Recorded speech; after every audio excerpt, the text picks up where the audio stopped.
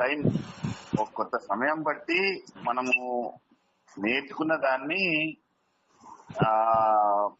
Practical గా అంటే మన బైబిల్ పరంగా దాన్ని వాడబట్టం అనేది జ్ఞానం.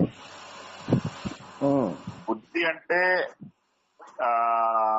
మనకి అది స్వతహాగా వచ్చేది, బై బర్త్ వచ్చేది ఉంటుంది బుద్ధి.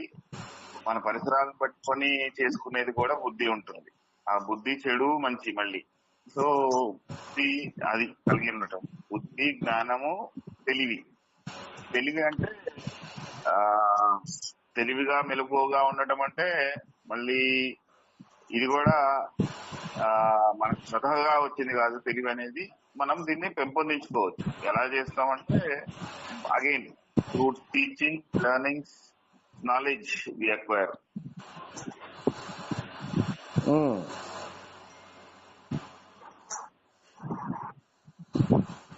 జ్ఞానము అంటే the gained knowledge through experience. జ్ఞానం అంటే వీడు జ్ఞానవంతుడని అంటారు. అంటే ప్రతి దాని మీద సంపూర్ణమైన అవగాహన కలిగి ఉంటాడు. దాని గురించి పూర్తిగా తెలుసు. ఏ సబ్జెక్ట్ అడగండి చెప్తాడండి ఆయన, ఏ విషయం అడగండి దాని మీద సంపూర్ణ వివరణ ఇస్తాడండి. నేను ఎందుకు చెప్తారంటే అతనికి దాని మీద ఏముంది, సంపూర్ణమైన అవగాహన ఉంది.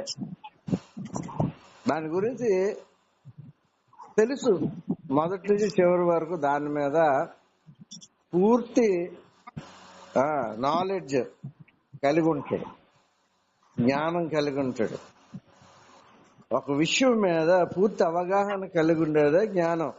త్రూ ఎక్స్పీరియన్స్ అంటే అనుభవపూర్వకంగా మనకి వచ్చేది జ్ఞానం. దాని మీద పూర్తి అవగాహన ఏ సబ్జెక్టు మీద అయినా సరే. సొలొమోను విషయం తీసుకుంటే అనేక ప్రాంతముల వాళ్ళ, ప్రపంచంలో వివిధ దేశాల వాళ్ళు ఆయన దగ్గరికి వచ్చి ఆయన మాటలు వింటున్నారు. ఆయన మాటల్లో ఏం కనబడుతుందంటే జ్ఞానం కనబడుతుంది. ఎందుకంటే సొలొమోను మాటల్లో అంత జ్ఞానం కనబడుతుంది. కారణం ఏంటి? దేవుణ్ణి అదే కోరాడు కాబట్టి. Very good.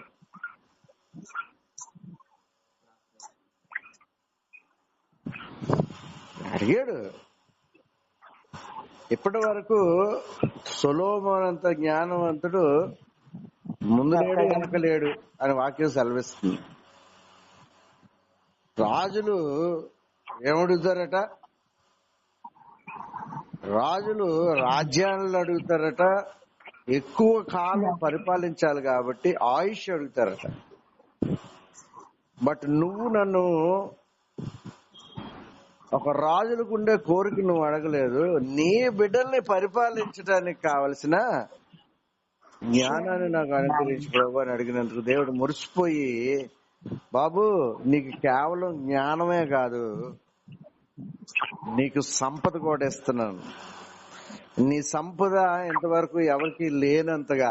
ఒక బైబిల్లో ఒక దగ్గర రాయబడింది, ఇది పట్టుకుని నాకు పెట్టండి. ఎవ్రీ ఇయర్, ప్రతి సంవత్సరము అనేకమైన రత్నాలు, కానుకలు చాలా ఉండేవి. వివిధ దేశాల నుంచి వచ్చిన వాళ్ళు ఇచ్చేవాళ్ళు. అందులో కేవలం ఒక మాట రాయబడింది, every year 25 tons of gold వచ్చిందట. 25 టన్నుల బంగారము వివిధ దేశాల వాళ్ళు ఆయనకి కానుకగా పట్టుకొచ్చారట. ఈ రోజున సత్యవేదం జ్ఞానం గురించి మాట్లాడింది కాబట్టి, జ్ఞానం వలన ఏంటంటే the first thing is your faith will increase. You will be connected to the lord. You have a wonderful relationship with the lord. దేవునితో ఒక అంటుకట్టబడిన అనుభవంలోకి నీ జ్ఞానం తీసుకెళ్తుంది. అది పైనుంచి వచ్చే జ్ఞానం గురించి మీరు పట్టుకోండి. అది పైనుంచి వచ్చే జ్ఞానం గురించి నాకు మన యొక్క దీంట్లో పెట్టండి. మనదొక గ్రూప్ ఉంది కదా, గ్రూప్ లో పెట్టండి. పైనుంచి వచ్చే జ్ఞానం ఏంటో అన్నది నేను పెడతాను అనుకోండి. మీరు పెడితే that it shows that you got some interest మీకు ఉన్నదని. ముఖ్యంగా ఏంటంటే జ్ఞానము వలన నీవు స్థిరపడడం కాదు, నీ కుటుంబాన్ని స్థిరపరచుకోవడం కాదు, అనేక మంది జీవితాలు నువ్వు కడతావు. తద్వారా your wealth will be increased. Solomon జ్ఞానాన్ని బట్టి మనకు తెలిసింది ఏంటంటే అతని జ్ఞానము అతనికి విపరీతమైన సంపదని ఇచ్చింది. బైబిల్లో రాయబడింది, జ్ఞానవంతుడు బలవంతుడుగా ఉంటాడంట. ఫిజికల్ ఫిట్నెస్ కాదు జ్ఞానం అంటే. బలం అంటే ఆడు చిన్న వ్యక్తి అయినా, ఫిజిక్స్ చిన్నగా ఉన్నా, వాడి జ్ఞానాన్ని బట్టి దేశమే కంట్రోల్లో ఉంటది. అనేక మంది అతన్ని చూసి జడుస్తారు, ఎందుకంటే అతని జ్ఞానాన్ని బట్టి. సొలొమోను చూసి శత్రు దేశాలన్నీ జడిసి, సొలొమోను బ్రతికినంత కాలం ఎవ్వడు కూడా ఇశ్రాయేల్ దేశం వైపు చూడలా. మీకు తెలుసో తెలీదా? సొలొమోను పడిపోయిన తర్వాత యుద్ధాలు అవి జరిగినట్టుగా అతను ఉన్నంత కాలము there is no any war. జ్ఞానం వలన ఒకటి ఏంటంటే చుట్టుపక్కల గాని సాతాను శక్తులు గాని నీ దరికి చేరవు. రెండోది ఏంటంటే you will have piece in your mind, in your country, in your place. So జ్ఞానం వలన ఏమవుతుందంటే నీ యొక్క కుటుంబాన్ని, నీ జీవితాన్ని, నువ్వు ఉన్న ప్రాంతాన్ని ఎస్టాబ్లిష్ చేసుకోవడమే, స్థిరపరచడమే కాకుండా, అద్భుతమైన రీతిలో నడిపించడమే కాకుండా, క్షేమ స్థితి కలిగించడమే కాకుండా, నెమ్మది కలిగే పరిస్థితి కలిగించడమే కాకుండా, ముఖ్యంగా కలిమి సంపద కలిసి వస్తుంది. మన యొక్క సొలొమోను జీవితాన్ని చూసినప్పుడు మనకు కనబడుతుంది. ఒకటి ఒక విషయం చెప్పి నేను ముగిస్తాను. జ్ఞానం ఉన్నప్పుడు ద వే యు ట్రీట్ జ్ఞానం మనలో ఉన్నప్పుడు, దైవిక జ్ఞానం ఉన్నప్పుడు తెలివితేటలు చాలా డెవలప్ అవుతాయి. లోక సంబంధంలో చాలా మంది తెలివితేటలు కలిగి ఉంటారు, కానీ I'm not talking about that. మనకి తెలుసు ఒక విషయం తన దగ్గరకు వచ్చింది, it's a critical thing actual గా. దాన్ని అతను ఎలా డీల్ చేశాడు, తీర్పు కొరకు ఇద్దరు మహిళలు ఒక శిశువుని పట్టుకొచ్చినప్పుడు అతను ఎట్లా ట్రీట్ చేశాడు అన్నది, అది వివేచన మనకు అందులో కనబడుతుంది. ఏంటి ద నెంబర్ 1, ఇద్దరు స్త్రీలు వచ్చి ఇది నా కూతురు, నా కొడుకు, నా బిడ్డ అంటే మనకు క్లారిటీ ఉండాలి first. When you treat A case, ఏంటి ఎవరికో ఒకరికే ఆ బిడ్డ చెంది ఉంటుంది, ఇద్దరికి చెంది ఉంటుంది అన్నది క్లారిటీ ఉన్నప్పుడు దాన్ని ఎట్లా బయటికి తీయాలన్నది ఆ యొక్క స్పాంటేనియస్ గా ఆ సమయంలో వచ్చే జ్ఞానం. మీకు మోషే అక్క మిరియాము ఆ తెలివితేటలు ఉపయోగిస్తుంది. స్పాట్ లో వాళ్ళ అక్కడికి వాళ్ళ అమ్మనే హాయిగా సెట్ చేసింది. తెలివితేటలు చూడండి. సో స్పాట్ లో ఆ తెలివితేటలు మనం ప్రయోగించగలుగుతాం. ఓకే, ఒక టఫ్ కేసుని తీసుకొచ్చారు, నా పిల్ల, నా కూతురు అంటే, నా కొడుకు ఇద్దరు తీసుకొస్తుంటే చక్కగా డీల్ చేశాడు. ఇద్దరికి కట్ చేసి సగం ఇచ్చేయండి అయ్యా అని చెప్తే, సరిగ్గా ఏ తల్లి అయితే నిజమైన తల్లి అయిందో ఆమె ఏమంటుంది, పిల్లని కట్ చేయకండి, ఆవిడకి ఇచ్చేయండి. ఇమ్మీడియట్ గా గ్రహించాడు. ఫస్ట్ ఏంటంటే జ్ఞానం ఉన్నప్పుడు ఆ యొక్క కేసు యొక్క మీద ఒక పరిపూర్ణమైన అవగాహన నీకు ఉంటది. డీలింగ్ అన్ని తెలివి, కొన్ని విషయాలు చెప్తున్నాను అనుభూర్వకంగా, కొన్ని తెలివి. కానీ నీకు జ్ఞానం ఉన్నప్పుడు ఏమవుతుందంటే you know how to deal the case. ఎట్లా డీల్ చేస్తే అది జరుగుతుందో నీకు తెలుస్తుంది. ఆయన తీర్పుకి ఆశ్చర్యపోయారు వాళ్ళందరూ, చక్కగా తీర్పు తెచ్చాడు. అందు గురించని దేశ నలుమూలల నుంచి సొలొమోను గురించి ఆయన మాటలు వినటానికి వచ్చేవారట. ఆయన టేబుల్ మీద ఈ డ్రెస్ పనిచేసే వాళ్ళకి, ఆహారం వడ్డించే వాళ్ళకి డ్రెస్ అతనే ఇంట్రడ్యూస్ చేశాడు. పరిచారకులకి, ఫుడ్ వడ్డించే వాళ్ళకి గాని, పని చేసే వాళ్ళకి గాని ఒక డ్రెస్, ఇప్పుడు చూడండి మనకి హోటల్స్ లో కూడా కనబడతా ఉంటది. చాలా ప్రాంతాల్లో ప్రతి వాళ్ళు కూడా వస్త్రధారణ మనకు కనబడుతుంది. హీ డిజైన్డ్, ఎవరు ఊహించని విధంగా తను తన యొక్క దేశాన్ని పరిపాలించినట్టుగా మనకు కనబడుతుంది. అతని జ్ఞానాన్ని చూసి బుర్ర పనిచేసింది కాదంట ప్రజలకి. ఆ డ్రెస్ ని వాళ్ళ ఫుడ్ వడ్డించే విధానం గాని, వాళ్ళ పరిచారకులు పనిచేసే విధానం గాని, వాళ్ళకి ప్రత్యేకమైన వస్త్రాలు ఇవ్వడంలో గాని ఆయన ఎంత తెలివైనడంటే చెప్తే టైం సరిపోగానే ఒక విషయం చెప్పి నేను ముగించేస్తాను. అతను every month food every day అన్నా కానీ దేని గురించో కానీ నేను దాని గురించి ఎందుకు తలంపు వచ్చింది, ఫుడ్ గురించి ఆలోచిస్తున్నప్పుడు వచ్చింది. ఎవ్రీ డే ఇది పట్టుకుని కూడా పెట్టండి, చదవండి. ఎవ్రీ డే అతని టేబుల్ మీద ఫుడ్, ఎంత ఫుడ్ ఉండేది, ఎంత ఫుడ్ ప్రొవైడ్ చేసేవారు, అవన్నీ చదువుతూ ఉండాల. రాజుగారు అంత ఘనంగా ఆ ఫుడ్ కూడా ఏం చేసేవాడు చూడండి, తెలివితేటలు చూడండి. అతనికున్న సామంత రాజులు ఎవరైతే రాజులు ఉంటారో తన కింద అండర్లో, అతను చక్రవర్తి కాబట్టి ప్రతి నెల ఒకరు గ్రాసం పంపించాలి. చూడండి తెలివితేటలు. ఈ నెల ఫలానా దేశపు రాజు గాని ఫలానా వారు ఈ నెల అంతా ఫుడ్ అరేంజ్ చేయాలంట, నెక్స్ట్ మంత్ కూడా అరేంజ్ చేయాలంట. మళ్ళీ ఈ వర్క్ గురించి, అసలు ఈవేళ నేను వర్క్ గురించి మాట్లాడదాం ఉదయం అనుకున్నాను, కొంచెం లేట్ అయిపోయింది. వర్క్ గురించి చేసేటప్పుడు అతను ఏమైనా ఇంట్రడ్యూస్ చేశాడు తెలుసా?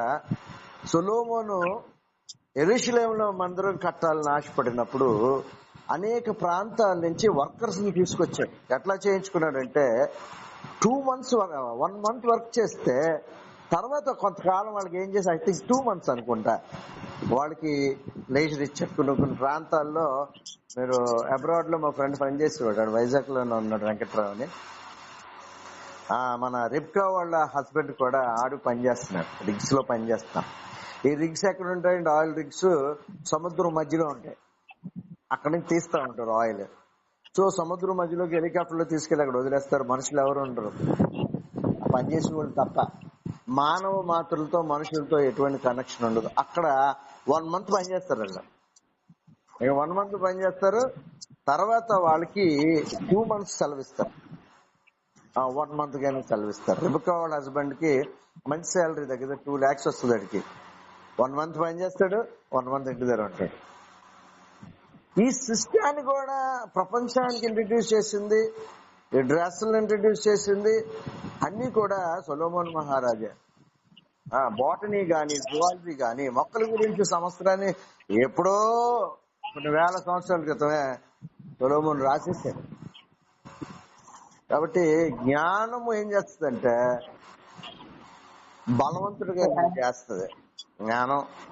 జ్ఞానము అనేకులకి మంచి విధానములో వాళ్ళ జీవితాన్ని కొనసాగించుకుంటారు, ఉపయోగకరంగా ఉంటారు. అందుకే బైబిల్లో ఒక మాట ఉంది, నా జనులు జ్ఞానము నశిస్తున్నారు వాక్యంలో రాయబడింది. కాబట్టి ఈ జ్ఞానం అన్నది లోక జ్ఞానం వేరు, దైవిక జ్ఞానం వేరు. You have to get the knowledge from the lord.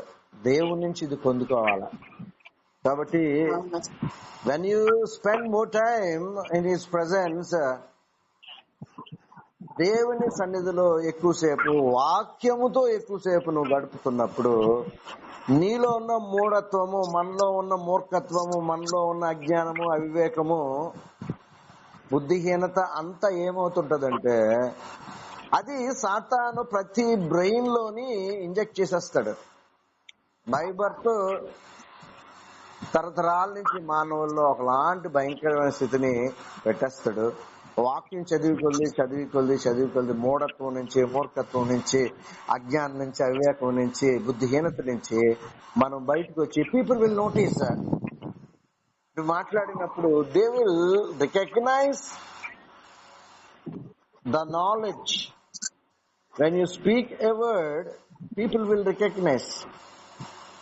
ఆ డిఫరెన్స్ వాళ్ళకి తెలుస్తుంది. ఇతని మాటల్లో జ్ఞానం ఉంది, ఆలోచింపదగిన విధంగా మాట్లాడుతూ ఉంటాం.